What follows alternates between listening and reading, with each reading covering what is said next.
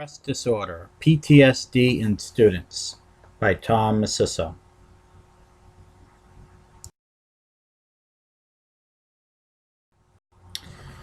Diagnosis of PTSD in children aged 6 or younger. Exposure to actual or threatened death, serious injury, or sexual violation. Presence of one or more specified intrusion symptoms in association with the traumatic event. Systems indicating either persistent avoidance of stimuli associated with the traumatic event or negative alterations in cognitions and mood associated with the event. Duration of the disturbance exceeding 1 month. Clinically significant distress or impairment in relationships with parents, siblings, peers, caregivers, or in-school behavior. Inability to attribute the disturbance to the psychological effects of a substance or another medical condition. Diagnosis of PTSD in children older than 6 years. These are very similar to the previous slide. Exposure to actual or threatened death, serious injury, or sexual violation. Presence of one or more specified intrusion systems in an association with a traumatic event. Persistent avoidance of stimuli associated with the traumatic event. Negative alterations in mood associated with the traumatic event.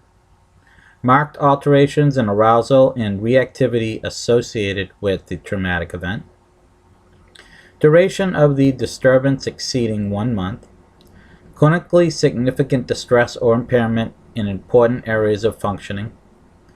Inability to attribute the disturbance to psychological effects of a substance or another medical condition.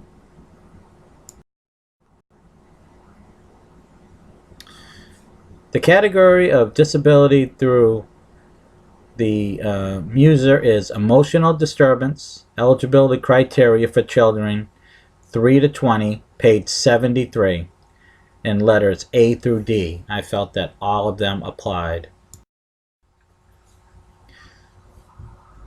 Implications for classroom education.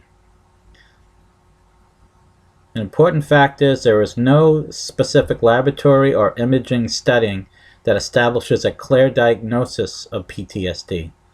This makes it obviously very difficult to diagnose.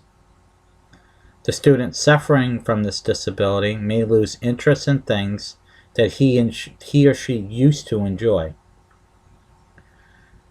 However, early diagnosis of PTSD is extremely critical because the sooner the therapy is started, the better the chance of overcoming this disability. It's very important for teachers, school administrators to create an environment which is safe, secure, and organized when you have a student who is suffering from PTSD.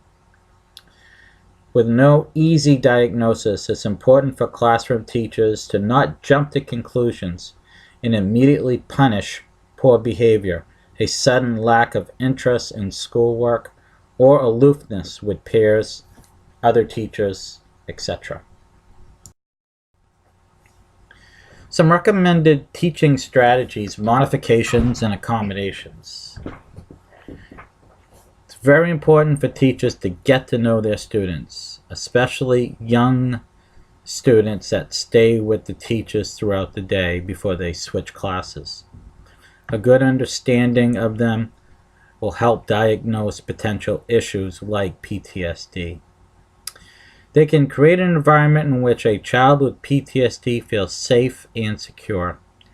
Children obviously look to their teachers for safety while they're in school.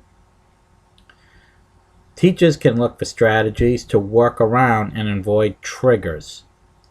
Triggers that stimulate the anxiety and fear with their student with PTSD. Teachers can reach out to parents, guardians, school administrators, school counselors, and paraprofessionals in a way that's confidential but effective in getting the student with PTSD assistance that they need. Teachers are often the first point of contact. As I mentioned, there is no specific laboratory studies or imaging studies that establishes PTSD in children. However, there are several psychological tests, including Children PTSD Inventory, a Child PTSD Symptom Scale, and Trauma Symptom Checklist for children. One of the activities that I came up with was a young student named Anna. Anna is a 9-year-old third grade student who has been outgoing with many friends, a good student who enjoys school, and one of the children in Mrs. Bass's class who she truly loved to teach. However, after returning back to school from the holiday break,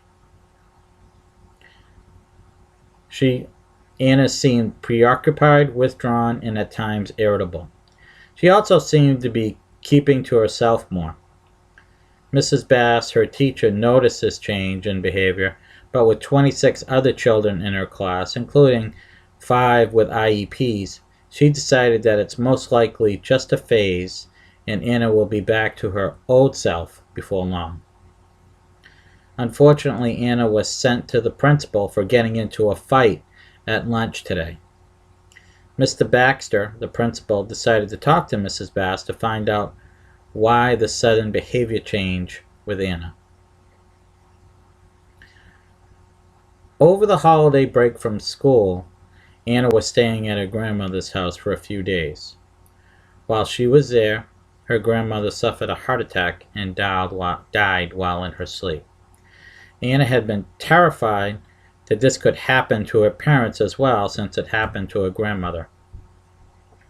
She had been told by relatives that heart attacks are caused by stress, so every time that she hears someone lose their temper or even raise their voice, she becomes scared and irritable.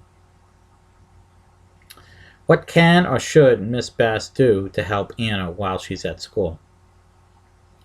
Many people have told Anna's parents that she will in time get over this unfortunate passing. Do you agree? What else can be done to assist Anna with her anxiety?